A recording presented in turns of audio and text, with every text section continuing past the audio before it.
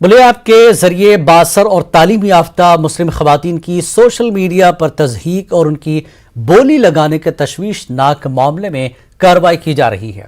इस मामले में मुंबई पुलिस ने अब तक 2 मुलजमीन को गिरफ्तार किया है।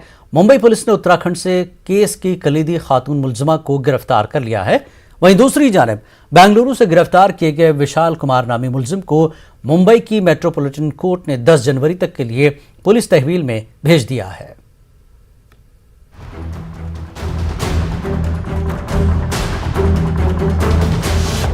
बुल्ली बाई ऐप के जरिए मुस्लिम खवातीन की नीलामी। मुस्लिम खवातीन की तज़हीक की मास्टरमाइंड निकली एक खातून।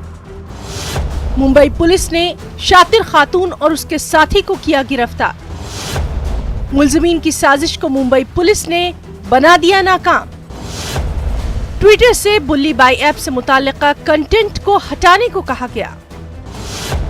दिल्ली पुलिस स्पेशल सेल की साइबर यूनिट को ट्रांसफर किया गया केस।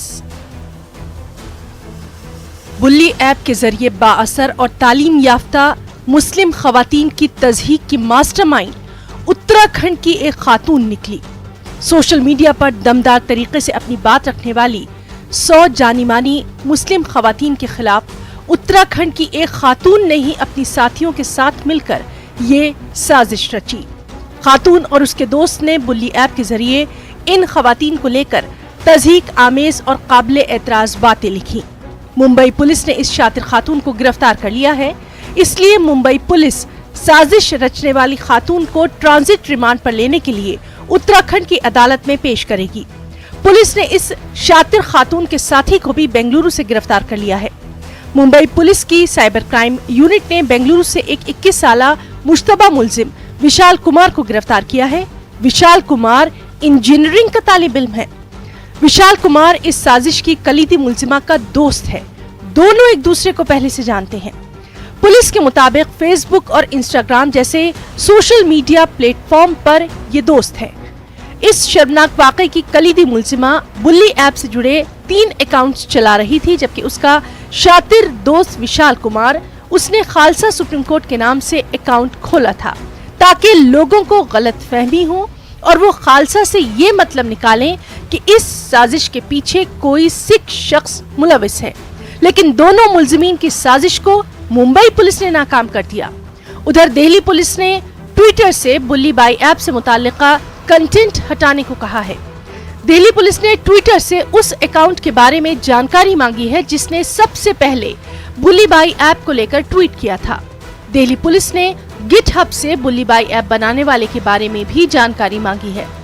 ये केस अब दिल्ली पुलिस स्पेशल सेल की साइबर यूनिट को ट्रांसफर कर दिया गया है। Bureau report, news 18 Urdu.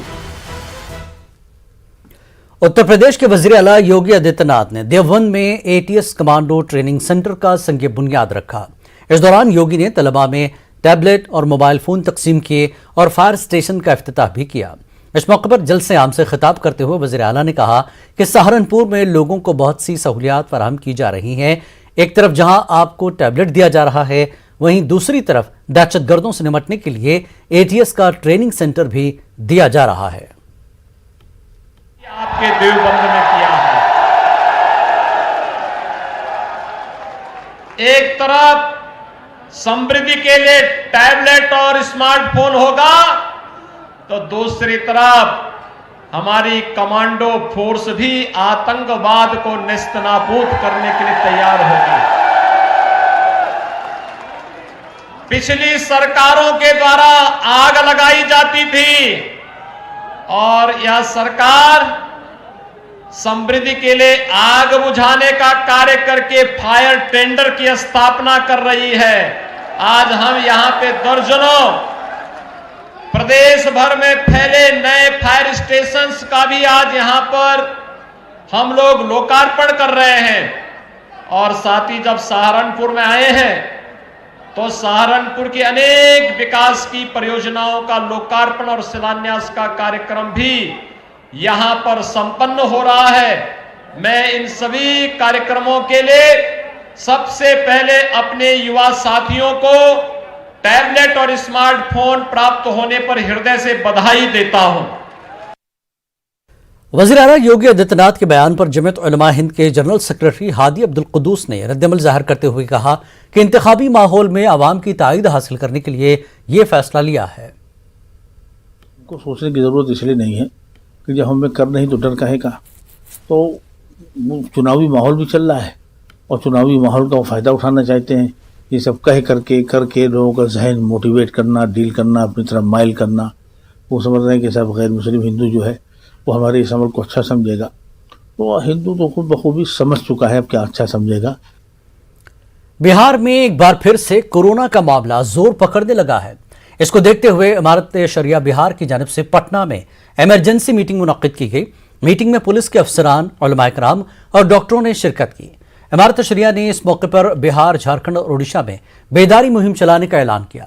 साथ ही मुफ्त मास्क की तकसीम और जरूरत पड़ने पर दवा का इंतजाम करने का भी ऐलान किया गया।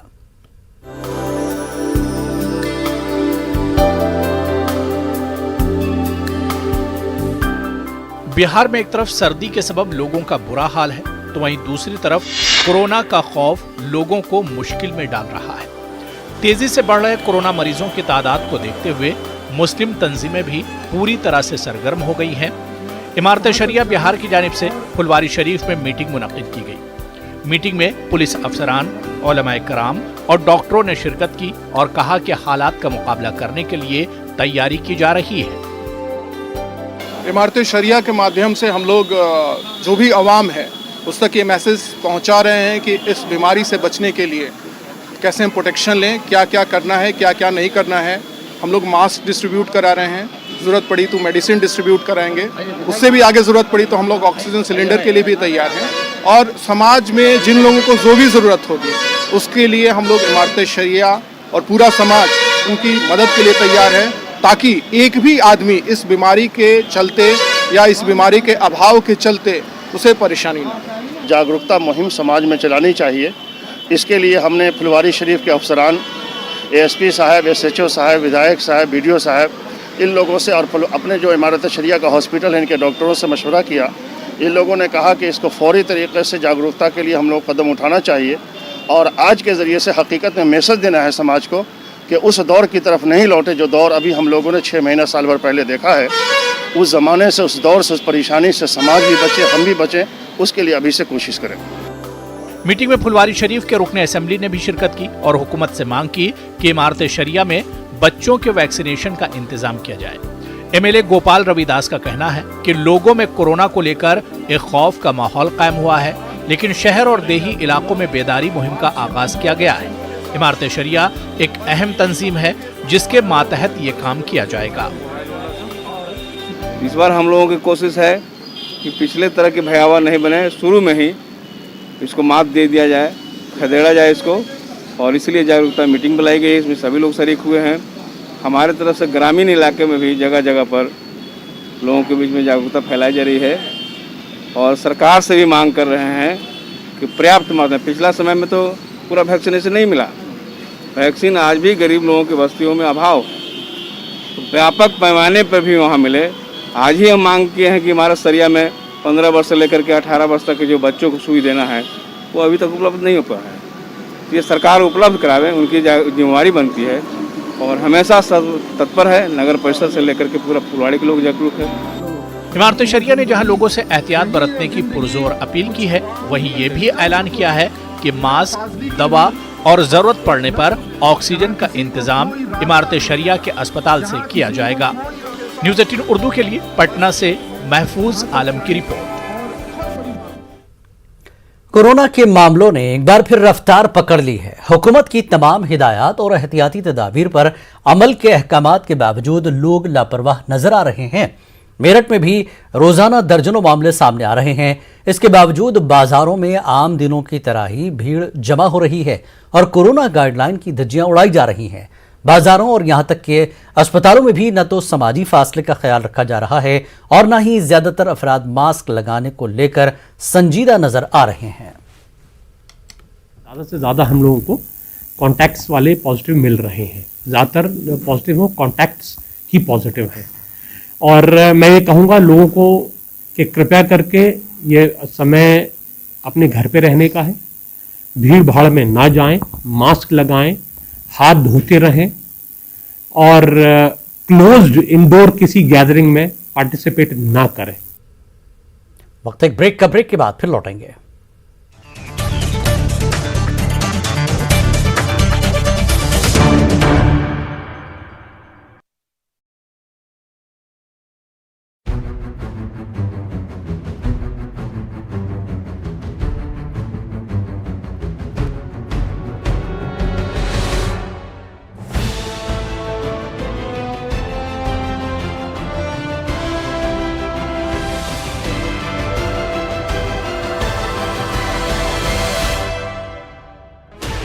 Sixteen channels, 15 languages, 26 states, 1,200 plus reporters, 66.9 crore viewers. India's largest news network, News 18 Network.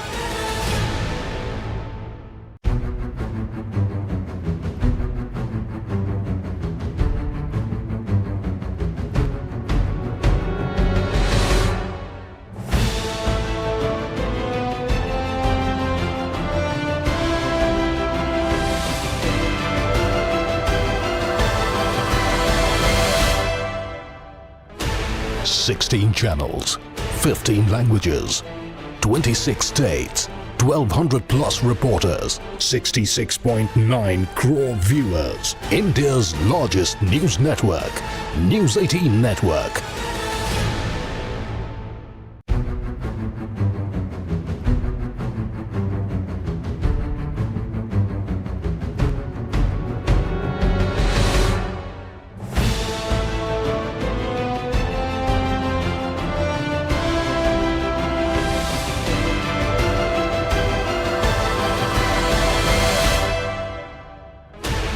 Sixteen channels, 15 languages, 26 states, 1,200 plus reporters, 66.9 crore viewers. India's largest news network, News 18 Network.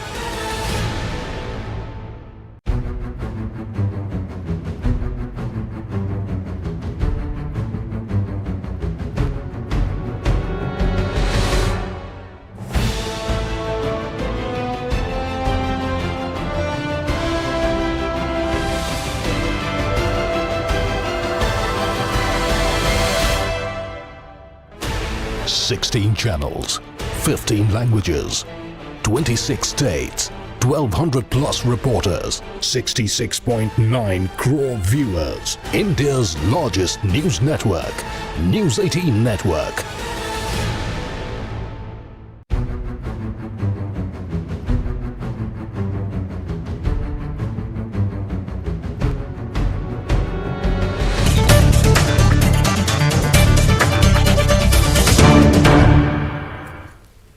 खास बात इंडिया में एक बार फिर आपका खैर मकदम है।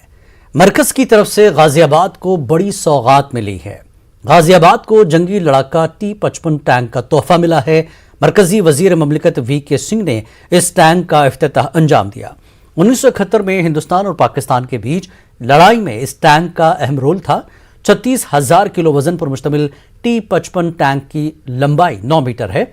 हमारे नुमाइंदे रोहित सिंह ने VK सिंह के साथ बातचीत की। को एक बहुत बड़ी सौगात मिली है। T-55 टैंक आज गाजियाबाद में लाया गया है, जिसका लोकार्पण डॉक्टर जनरल VK सिंह ने किया है। सर, गाजियाबाद की जनता को एक बहुत बड़ी सौगात है, क्या कहना चाहेंगे? इसकी खासियत क्या है टैंक की, और इस टैंक के बारे में जानना चाहते हैं सबसे पहले। इस टैंक ने 1971 की लड़ाई में हिस्सा लिया और 55 टैंकों को ध्वस्त किया। जो इस टैंक की खासियत है वो थी कि इसका आकार छोटा है, मारक क्षमता बहुत अच्छी है, और हमारी सेना ने जिस प्रकार इसका उपयोग किया वो बहुत ही काबिल तारीफ। किस मोर्चे पे इसकी लड़ाई हुई थी? और 10 से 11 दिसंबर के बीच इस टैंक ने 9 टैंक ध्वस्त कर दिए थे पाकिस्तान के। पश्चिमी मोर्चे पर, और पश्चिमी मोर्चे का मतलब है आप राजस्थान में अक़लियती तबके से जुड़े बजट ऐलानात को लेकर बीजेपी अक़लियती मोर्चा ने राजस्थान की अशोक गहलोत हुकूमत को घेरा है। रियासती बीजेपी अक़लियती मोर्चा के सदर सादिक खान ने सरकार पर तीखा हमला करते हुए इल्जाम लगाया कि गहलोत हुकूमत अक़लियतों की तरक्की को लेकर संजीदा नहीं है। यही वजह है कि अब तक हुकूमत ने बजट के ऐलानात को पूरा नहीं किया है। अव्वल तो पहले ही बजट में बहुत ही गिने चुने मुद्दों को शामिल किया गया था। इतना कमजोर बजट होने के बावजूद इसे पूरा करने में भी इतनी बड़ी लापरवाही हुकूमत पर कई सवालात खड़े करती है। राजस्थान उर्दू शिक्षक संघ ने रियासत में उर्दू तालीम और अक़लियती बजट को लेकर कई सवाल खड़े किए हैं। जंग आज़ादी में अपनी गिरां कदर खिदमात अंजाम देने वाली गुमनाम खवातीन के नामों को अब मंजर आम पर लाया जाएगा।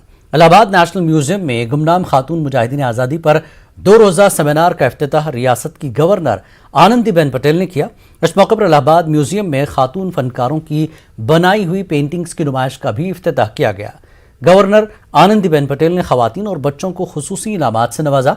जलसे को खिताब करते हुए आनंदीबेन पटेल ने कहा कि महात्मा गांधी की अपील पर मुल्क की हज़ारों खवातीन ने जंग आज़ादी में अपना तारीखी किरदार अदा किया, लेकिन नई नस्ल बेशतर खवातीन के बारे में लाइल्मी का शिकार है। उन्होंने कहा कि इलाहाबाद म्यूजियम उन गुमनाम खवातीन की खिदमात को मंजर आम पर लाने का काम करेगा।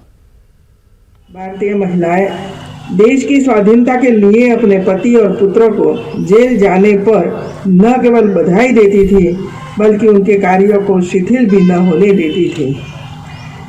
राष्ट्रपिता महात्मा गांधी के आह्वान पर सैकड़ों ऐसी महिलाएं बाहर निकल पड़ी जो पर्दे में रहती थी। गांधी जी की इच्छा अनुसार महिलाओं ने विशेष रूप से विदेश। अलीगढ़ की मारूफ समाजी तंजीम विरासत ने हिंदुस्तानी तहजीब व सकाफत और फ़नून का तहफ़्फ़ुज़ खताती की दम तोड़ती हुई रिवायत को जिंदा करने का काम किया है। यह कहना है उर्दू दुनिया के मारूफ शायर डॉक्टर नवाज देवबंदी का। वो अलीगढ़ में विरासत तंजीम की जानिब से इस्लामी खताती की बेहतरीन नमूनों के साथ तैयार किए गए साल 2022 के कैलेंडर का इजरा कर रहे थे। इस दौरान उनके साथ पद्मश्री प्रोफेसर हकीम सैयद जिल्लुर रहमान और विरासत तंजीम के सेक्रेटरी अफजाल अहमद समेत दीगर शख्सियात भी मौजूद रहीं। इस्लामी खताती की बेहतरीन पेंटिंग पर मुश्तमिल कैलेंडर काफ़ी पसंद किया जा रहा है। तोड़ती हुई रवायत को विरासत ने जिंदा किया है और मैं इससे पहले भी विरासत के एक तकरीब में हाजिर हो चुका हूँ, तो इन्होंने इसको एक नई जिंदगी दी है और आज के इस कैलेंडर से कम ये 1 साल के लिए तो जिंदा हो गई है, तो ये भी एक खुशाइंद बात है।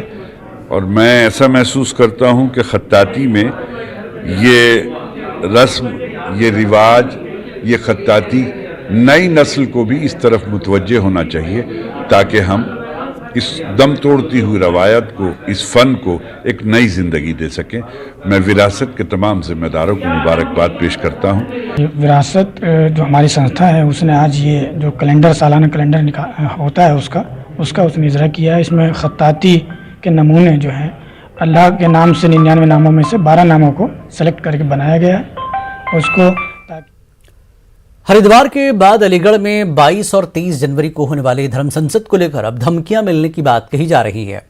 पंचदशनाम निरंजनी अखाड़े की महामंडलेश्वर डॉक्टर अन्नपूर्ण भारती को धमकी मिली है कि अगर ये धर्म संसद की गई तो उन्हें जान से मार दिया जाएगा। डॉक्टर अन्नपूर्ण भारती, जो पहले डॉक्टर पूजा शिकन पांडे के नाम से जानी जाती थीं, ने बताया कि अलीगढ़ में होने वाली इस धर्म संसद को न करने के लिए उन्हें धमकियां मिल रही हैं।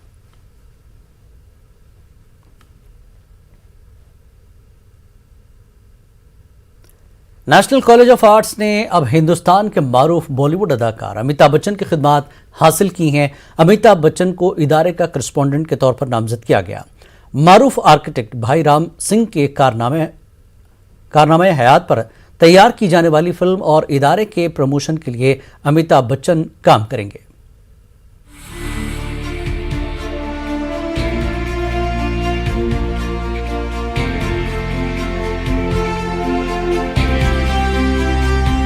पाकिस्तान के मारूफ इदारे नेशनल कॉलेज ऑफ आर्ट ने फिल्मों के प्रमोशन के लिए मशहूर बॉलीवुड अदाकार अमिताभ बच्चन की खिदमत हासिल की हैं।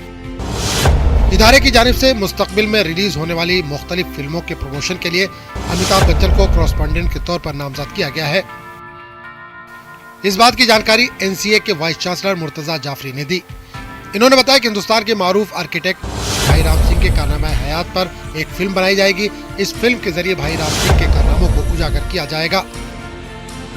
वादा है कि भाई राम सिंह 1857 में हिंदुस्तान की रियासत पंजाब में पैदा हुए। इन्होंने इसी इदारे में तालीम हासिल की और 1909 से 1913 तक इसी इदारे के प्रिंसिपल भी रहे। भाई राम सिंह ने Lahore museum, Punjab university Peshawar, Islamia college Faisalabad, governor house के अलावा क्वीन विक्टोरिया के समर होम और खालसा कॉलेज अमृतसर की इमारतों को दिलकश डिजाइन दिया।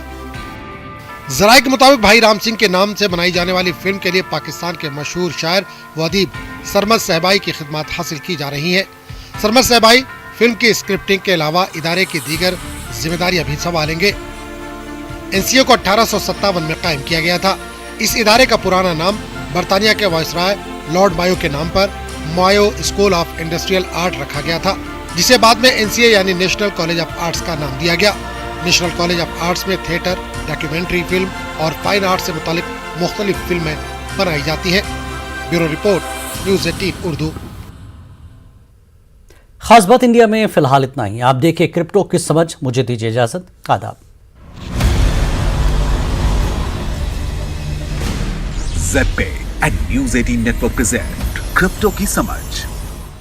नमस्कार, क्रिप्टो की समझ के नए एपिसोड में आपका स्वागत है। आपके साथ मैं हूं शिप्रा झा। ब्लॉकचेन टेक्नोलॉजी और क्रिप्टो करेंसी के आसपास फिशिंग अटैक्स में तेजी देखी गई है। फिशिंग दरअसल प्रतिष्ठित संगठनों से होने वाला दावा करते हुए फ्रॉड मैसेजेस भेजने का तरीका है। फिशिंग मैसेज या ईमेल की पहचान कैसे करें? नंबर 1, तुरंत पूरी की जाने वाली रिक्वेस्ट। फिशिंग अटैक रिसीवर के मन में घबराहट पैदा करते हैं, जिससे व्यक्ति संदेश की प्रामाणिकता की जांच करने से पहले ही कार्रवाई करता है। नंबर 2, खराब व्याकरण और गलत लिखे गए शब्द। फिशिंग संदेश अक्सर गलत या फिर खराब व्याकरण और गलत लिखे जाने वाले शब्दों के लिए जाना जाता है। तीसरा, बेमेल ईमेल पते की जानकारी। सुनिश्चित करें कि फॉर्म फील्ड में दिखने वाला ईमेल एड्रेस वही हो जो मेल के पीछे सूचीबद्ध है। चौथा, generic signature line. Signature line सामान्य होती है, ना कि कंपनी का सिग्नेचर। पांचवा, unexpected request concerning personal information. किसी भी कॉन्टैक्ट के भेजे गए लिंक पे क्लिक करने से पहले बेहद सावधान रहना चाहिए, खास तौर पर जब बातचीत उनकी ओर से शुरू नहीं हुई हो। असली परेशानी तब होती है जब यूजर लिंक पर क्लिक करता है या अटैक करने वाले के चाहने के मुताबिक एक्शन लेता है। How do I keep my crypto account secure? तो इसके लिए कुछ गाइडलाइंस हैं। पहला गाइडलाइन है सेटअप 2 फैक्टर ऑथेंटिकेशन, यानी 2 फैक्टर ऑथेंटिकेशन सेट करने से यह सुनिश्चित होगा कि कोई भी आपके खाते तक नहीं पहुंच सकता है। हमेशा अपने ब्राउजर के एड्रेस बार की जांच करना सुनिश्चित करें। दूसरा पॉइंट है संवेदनशील जानकारी किसी के भी साथ साझा ना करें। तीसरा पॉइंट, एक मजबूत पासवर्ड का इस्तेमाल करें। वैसे तो क्रिप्टो प्लेटफॉर्म्स पर क्रिप्टो करेंसी सबसे ज्यादा सुरक्षित है, पर एक आसानी से पता लगाए जाने वाले पासवर्ड से आप हैकर्स के जाल में फंस सकते हैं। चौथा पॉइंट है रेसिपिएंट के एड्रेस की दोबारा जांच करें। यह भी जरूरी है कि आप रेसिपिएंट के एड्रेस की दोबारा जांच करें। रकम भेजने के बाद इसे वापस नहीं लिया जा सकता है और इसकी वसूली भी नहीं की जा सकती है। स्कैमर से सावधान रहें। कई हैकर्स भरोसेमंद संस्थाओं के रूप में संवेदनशील जानकारी पाने के लिए धोखे से भरी तकनीकों का इस्तेमाल करने की कोशिश करेंगे। फिशिंग स्कैम्स में एक अटैक करने वाले खुद को एक भरोसेमंद यूनिट के तौर पर दिखाने की कोशिश करता है, ताकि आप उन्हें संवेदनशील जानकारी दे सकें, जिसका इस्तेमाल वो आपके डिवाइस तक पहुंचने के लिए कर सकते हैं। इसलिए यूजर्स को इससे बचने के लिए बहुत सावधान रहना चाहिए और अच्छी प्रैक्टिस का ही इस्तेमाल करना चाहिए। अपनी क्रिप्टो करेंसी को सुरक्षित रखने के 12 आसान तरीके हैं। पहला है बेसिक ब्राउजिंग और कंप्यूटर हाइजीन बनाए रखें। दूसरा पॉइंट है अपने सभी डिवाइसेस को लॉक रखें। तीसरा पॉइंट है सभी सॉफ्टवेयर को नियमित रूप से अपडेट करें। चौथा पॉइंट है कि कोशिश करें और जहां भी संभव हो 2FA सुनिश्चित करें। 5वां पॉइंट है सुनिश्चित करें कि आप अलग अलग खातों के लिए अलग अलग पासवर्ड का इस्तेमाल करते हैं। 6वां पॉइंट है सुनिश्चित करें कि आप HTTPS साइटों पर ब्राउज करते हैं और जहां भी कोई संदेह हो तो सुरक्षा प्रमाण पत्रों की जांच करें। 7वां पॉइंट एड्रेस बार में लॉक आइकन देखें। 8वां पॉइंट है कि संदिग्ध फाइलों को डाउनलोड और एग्जीक्यूट ना करें। 9वां पॉइंट है केवल फाइल के नामों को ना पढ़ें, उनके एक्सटेंशन को भी समझने की कोशिश करें। 10वां पॉइंट है सुरक्षित ऐप स्टोर के बाहर से एप्स इंस्टॉल ना करें। 11वां पॉइंट है अप टू डेट रहें और विभिन्न साइबर हमलों के बारे में जानें। 4था पॉइंट है क्रैक्ड सॉफ्टवेयर इस्तेमाल करने से बचें, वो सिस्टम इन्फेक्शन की पहली वजह हो सकते हैं। फिर ऐसी ही रोचक जानकारी लेकर आऊंगी आपके लिए, तब तक के लिए नमस्कार। ZPay and News 18 network present crypto की समझ।